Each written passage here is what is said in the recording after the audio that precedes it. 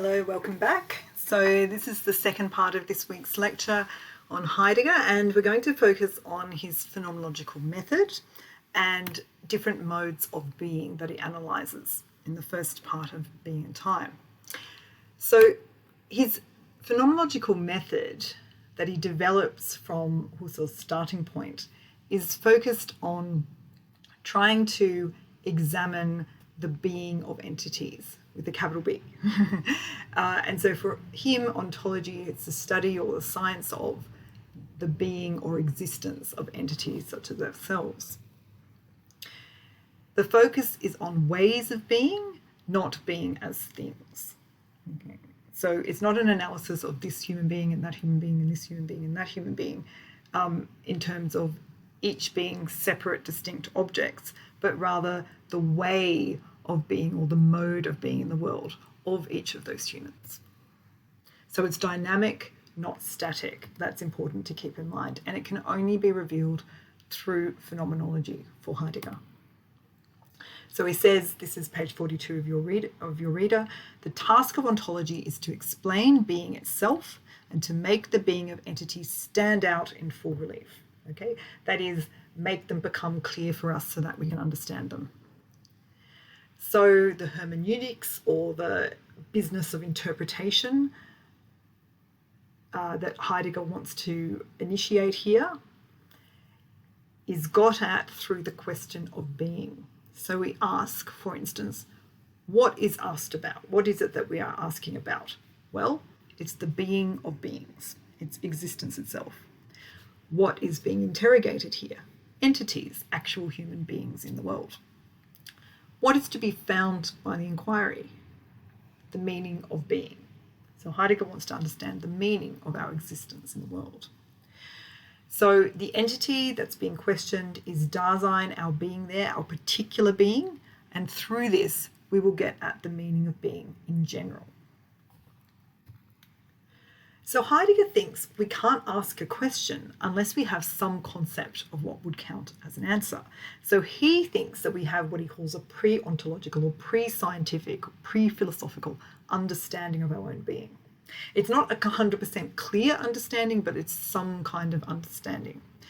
So Dasein has some understanding or interpretation of itself, and Heidegger says it does so with time as its standpoint. Dasein is involved in past, present, and future. So Heidegger thinks we're fundamentally temporal beings. Our relationship to time is essential here. So let's talk about the structure of Dasein and the modes of its being in the world. The structure is that we are beings in the world. Okay, we're not in a vacuum, we're in the world. And we find ourselves already in the world. We are never not in the world. Modes refer to different ways of being in the world. To be, remember, for Heidegger, is always to be in the world. He has this phrase, always already. So we're always already in the world. Okay. So if we start by thinking about atomistic, separate human beings, we're starting with the wrong starting point, according to Heidegger.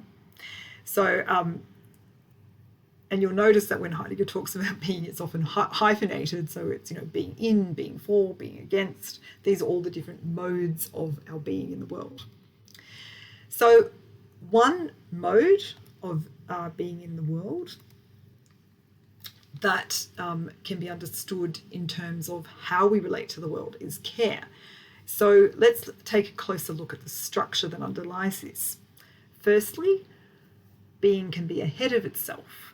That is, it can refer to the future. We can have being already in the world, which is a reference to the past. And our being can be alongside beings in the world, that is, in the present. So in terms of the structure of our being, we can move between these different modes of being depending on what's happening in our world. As I said, we're essentially temporal, and Dasein is always already involved in the world. It's not indifferent to the world, and this is very important for Heidegger. We're not at one remove from the world. We're always kind of invested in the world in some way. And that's why he uses this term care to talk about our relationship to the world. We're not just passively in the world, we're active in the world. We're involved, we've got plans and hopes and dreams and so on. So let's look at care a little bit more. So Heidegger uses the term care to talk about the relationship that we have, this involved relationship between our being and the world. There are two modes of care. The first is concern, which is relation to beings, to pragmatic objects in the world, for instance, towards things as equipment, right? So my attitude, my being towards the computer, my being towards my pen, my being towards the various technical things I use around me, my car and so on, that I have to use to get through the world. Then there's solicitude, which is our relationship to others, to other subjects and other people and animals. So the first sense of care, concern, is explained like this by Heidegger. Having to do with something, producing something, attending to something and looking after it, making use of something, giving something up and letting it go, undertaking, accomplishing, evincing, interrogating, considering, discussing, and so on. Okay. This is very familiar to us because, of course, this is a set of various activities we perform in the world in our everyday existence. He also expresses this using the phrase readiness to hand, which is a pragmatic, a practical relationship to being. The idea that I've got all these things around me that are ready to hand, that I'm practically involved in. And we'll talk a bit more about that next week. And this is distinguished from another phrase he uses, presence to hand, which is a more distance relationship to beings or objects and things in the world. And then we have the second mode of care, or our relationship to the world, which is solicitude, relating to others. And it takes positive and negative forms. In English, solicitude is a positive thing. You know, it's a feeling of empathy and kindness and concern about other people. But Heidegger uses it formally, the way he uses it, it has both positive and negative forms. So in the negative form, I am indifferent to others.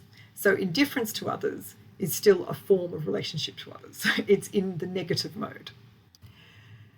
The positive version is I try to free others for their possibilities, or I try to dominate them.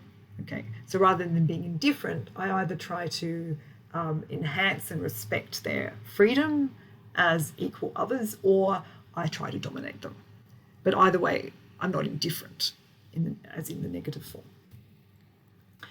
So Kutcherfellow, in your secondary reading, he says, it's not an ethical orientation per se, but rather the condition for the possibility of ethics. That is, it's kind of prior to ethics, namely existing in relation to others whose being is also that of Dasein. Okay, so I am a being there who asks questions about myself and the world, and the other is also a being there. And in my relationship to that other being there, that becomes the basis upon which I could then build an ethical relationship with the other. So I've mentioned the term temporality, and in English, we tend to use temporality and time interchangeably. Temporality sounds a bit more formal.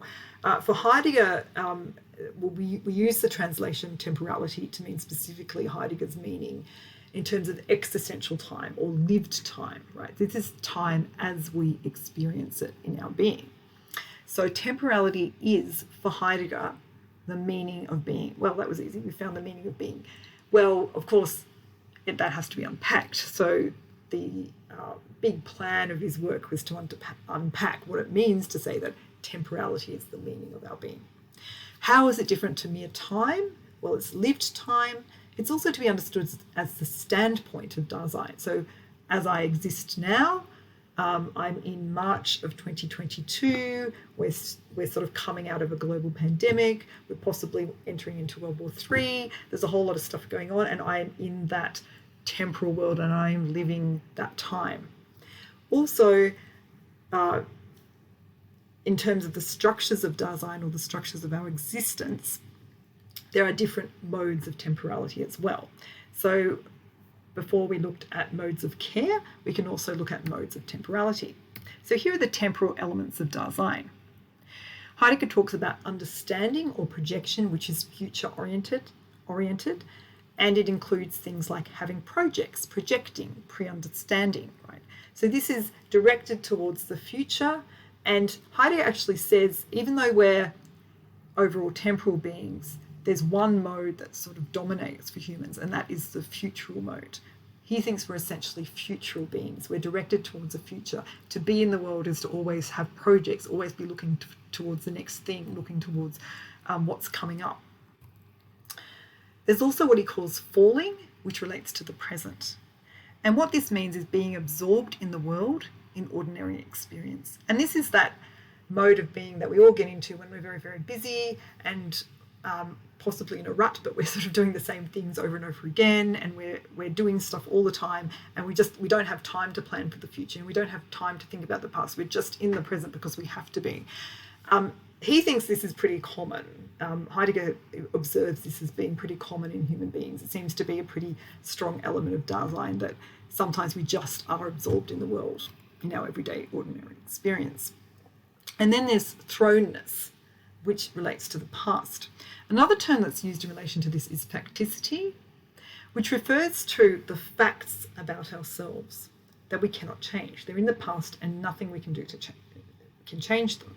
So we find ourselves thrown into a time and place in the world. We didn't choose when we were born, for instance. We find ourselves thrown into facts about ourselves that we cannot change. Okay, so this is a unique character of Dasein, that we are always aware that there's a whole lot about ourselves that we didn't choose. We just sort of find ourselves here, right? So I didn't choose where I was born. I didn't choose when I was born. I didn't choose who my parents were. I didn't choose my family. There's a whole lot of stuff I didn't choose. I just find myself here, right? And so I quite like this term thrownness, because it does kind of capture that sense of not having agency in respect to these things. So in relation to falling, to come back to that, Heidegger thinks this is our usual state of being. Okay, this is, even though structurally we're always futural beings, at the same time we tend to get absorbed into our everyday ordinary experience in the present. Now, a question that comes up here is there an implied criticism in here? Is it bad to be fallen, to be sort of absorbed in the everyday? Heidegger tends to hold back from positively critiquing the idea that we are constantly in sort of absorbed by the everyday, to the extent that we kind of don't perhaps think more deeply about our future and our being here and so on. He's really essentially just trying to describe rather than make a judgment, a moral judgment about what's going on here. So he really sees himself as doing ontology, not ethics here. Another aspect of Dasein's being that's important is what Heidegger calls mindness, which is an awareness of myself as having possibilities, not just possibilities generally for the world, but my possibilities, what's possible for me. Now, Heidegger thinks inanimate objects don't have possibilities in this sense because they're not aware of possibility, and he doesn't think animals have possibilities in this sense because they're not aware of this sense of, oh, these are mine. They can't reflect upon mineness, and these are my possibilities. Of course, you could challenge that. Heidegger thinks only Dasein, or human being, has possibilities in this sense, meaning experienced as possibilities. So a famous phrase relating to this is being towards death, which is really no possibilities, or death as an impossibility, okay, or the end of all possibilities. And Heidegger thinks this is a mode of being we can have, but we tend to kind of try to run away from it most of the time. It's not the objective fact of our death, which we're all aware of, but it's the attitude that we take towards it. To be Dasein is to all share this possibility. All the Daseins share this possibility, the possibility of death. What is it? Well, it's the possibility of impossibility, of all the possibilities that I have coming to an end. I've got a little picture here. Some of you who've watched the recent series, The Good Place, which is a kind of philosophical series that explores various themes in philosophy and ethics.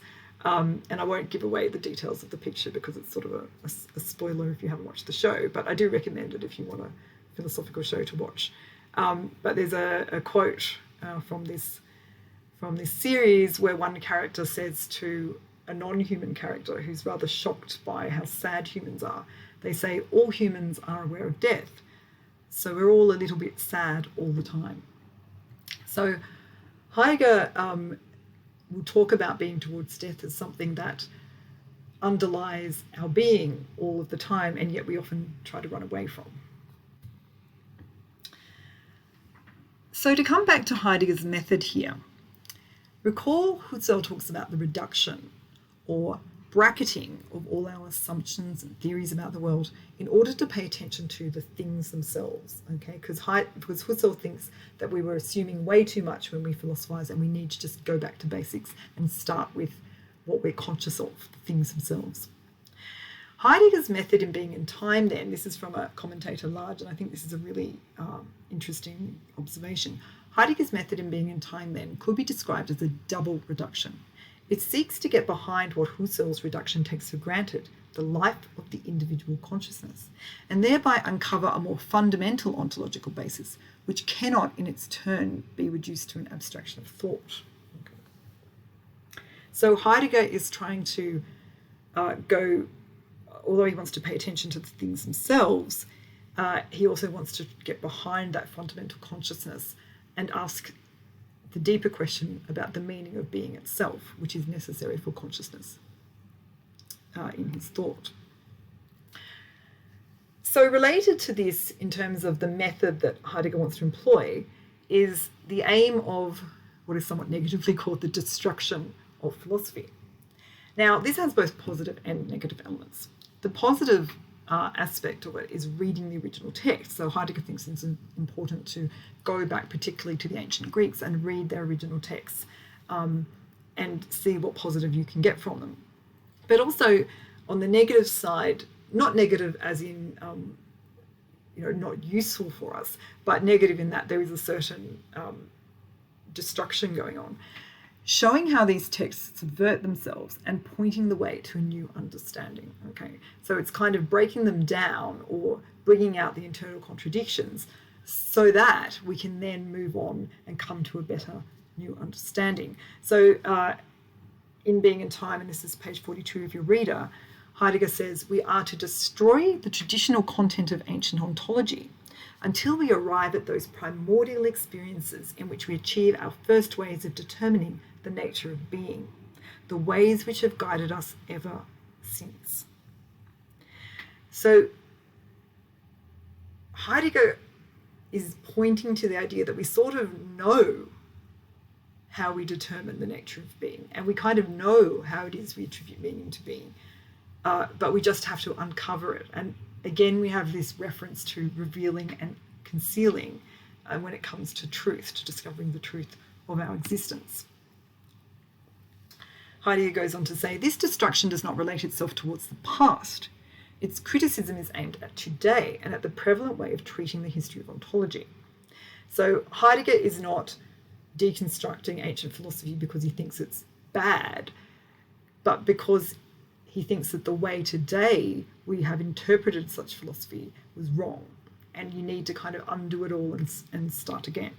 The meaning of being, he thinks, can be retrieved from the margins of this type of history.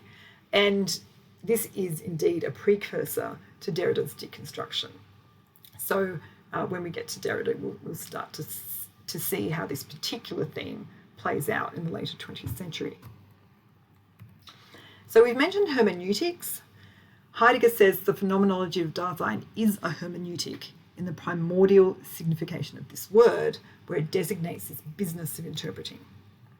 So there are three senses to interpreting here in terms of what we're doing as philosophers. Firstly, we're interpreting in general. Secondly, we're interpreting the conditions for the possibility of any ontology or philosophy at all. So what are the conditions we need in order to be able to get at the truth of the matter, to be able to have a science of being? And Thirdly, we're interpreting Dasein's being in particular. This is the existential analytic we were talking about. So for instance, we're analysing care, we're analysing concern, solicitude, being towards death, and so on, all the different modes of being in particular. Now, language is a hugely important theme for Heidegger. And he emphasises that we need the right language to talk about capital B being as opposed to small b beings. He says it is one thing to give a report in which we tell about entities, but another to grasp entities in their being. For the latter task, we lack not only most of the words, but above all, the grammar. That is, he's saying not only do we not have the right words to describe our being, but we don't have any kind of system that would put those words together in a logical way. And so to some extent, he is trying to do this in his work. And this is a theme that comes up a lot in 20th century philosophy, which is that we don't have the words to describe what we're trying to describe because historically philosophy has not paid enough attention to what we should have been describing. We have to focus on language, therefore, because we don't have the right words or structure or grammar, and we need to critically assess this language and use what is suitable, and we have to discard the rest. Okay? So this is why Heidegger, and I know it can be annoying, he makes up a lot of words, he uses Greek words and so on. He does this because he really doesn't think he has a choice. He does this because there is a lack of appropriate language. So part of this new approach to language is an etymological analysis, where you take certain traditional words in philosophy and you break them down in order to better understand what philosophy should be trying to do. So a kind of deconstruction and reconstruction. So he takes the concepts of phenomenon, of logos, and phenomenology, and he discusses the roots and origins of these words. Phenomenon means, in a basic sense, to show oneself or what appears. Logos is discourse or to bind together. Phenomenon plus logos, or phenomenology, is, Heidegger thinks, letting what is to be seen show itself. Note the language here is rather passive. It's like you want to set up the conditions, but then you can't really force it. You've just got to let it happen, right? You've got to let what is to be seen show itself in its own good time. Accordingly, Heidegger identifies 4 possible structures or ways of understanding this term phenomenon as that which shows itself. For instance, number 1 is that which shows itself. Number 2 is seeming, which is a deficient mode of showing. For example, that classic science experiment, the broken stick in the water, where it does show itself, but it's a deficient mode of showing itself because it's not totally accurate in terms of representing the stick in the water. Appearance and mere appearance, number 4, which is, of course, a Kantian notion. So Kant talks about appearance as being not reality. No, it's just things as appearances. It's not things in themselves. So accordingly, Heidegger has to unpack this distinction between mere appearance and actually showing itself in a deeper sense. He says, thus, appearance as the appearance of something does not mean showing itself. So mere appearance isn't enough. Appearing is an announcing itself through something that shows itself. So that's what he wants to get to. So this is not phenomena in the phenomenologist sense, if it's just appearance. There has to be a true showing of something. You have to be somehow getting at the essence of what it is you're encountering for it to be in the phenomenologist sense. So to unpack it a little bit, let's look at the example of symptoms of a disease. The disease announces itself through the symptoms. For example, spots on the face announce measles. The spots on the face are not the measles, but they announce the measles. Measles are what does not appear. Measles do not appear themselves. It's the spots that appear. So to go further with the notion of phenomenon in the phenomenological sense, Heidegger distinguishes different conceptions. So the first is formal, which is just any kind of showing. Then he's got what he calls the ordinary conception of phenomena, which are objects of perception, that is what we see in everyday life. We go around looking at things and we're not particularly skeptical when we look at things, we just sort of take them for granted. And thirdly, a distinctively phenomenological conception as what shows itself in itself. This is a more complex, sophisticated concept, and Heidegger thinks this is what must be brought to show itself. Okay, so we need to use phenomenology as a method to get the reality of things to show themselves and to get being to show us its meaning. So this is phenomena as a kind of movement, to return to that concealing, revealing metaphor. He says covered upness is the counter concept to phenomenon. Behind the phenomenon of phenomenology, there is essentially nothing else. On the other hand, what is to become a phenomenon can be hidden. So phenomena, once we get to it, there's nothing left. What we're seeing is the real thing. But things in the world can potentially be hidden, and we need to reveal them. So we're not just studying static phenomena that are just waiting there for us to see. We have to bring what is there to light. We have to make it show itself. And then it becomes phenomena in the phenomenological sense. So Heidegger accordingly distinguishes different types of covered upness. This is one of those weird German words, so this is the only way we can translate it in English. Undiscovered, that is neither known nor unknown. So there are things we just haven't discovered yet. We can't say they're unknown exactly because we don't even know what they are. Then there's buried over, which has deteriorated since being discovered. That is, has been forgotten or we've moved on. So there might be things we used to know as a human culture that we've now forgotten and we could potentially find again. And finally, there's disguised. And Heidegger says this is the most frequent and most dangerous type of covered upness.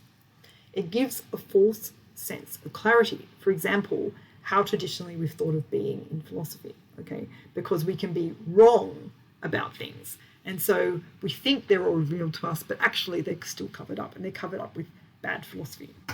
So he also says all of these things can be either accidental or grounded, that is necessary. So a question to consider here is, well, in what way necessary? Is there some way some of these things, some of these types of covered upness are necessary? There's no easy way that we could sort of get out of it. And his analysis of logos as discourse is also part of this methodology that he's using. And it's important for the revealing of what we're looking for, the revealing of the phenomena. He says the logos, or language, or words, or discourse, lets something be seen, namely what the discourse is about. When fully concrete, discoursing, letting something be seen, has the character of speaking, vocal proclamation in words. So that's the most basic, concrete, immediate letting of things be seen, is just our ordinary speaking to each other. It can be speech, but it doesn't have to be. So you could consider the example of visual art. This can also be a kind of logos. It can express truth. Furthermore, Heidegger says, because the logos is letting something be seen, it can therefore be true or false. So here Heidegger gives us an existential analysis of what true and false can mean. Discourse can enlighten us, that is, shed light on phenomena, so we can see it clearly, or it can obscure things, for example, bad writing, bad lectures, and so on.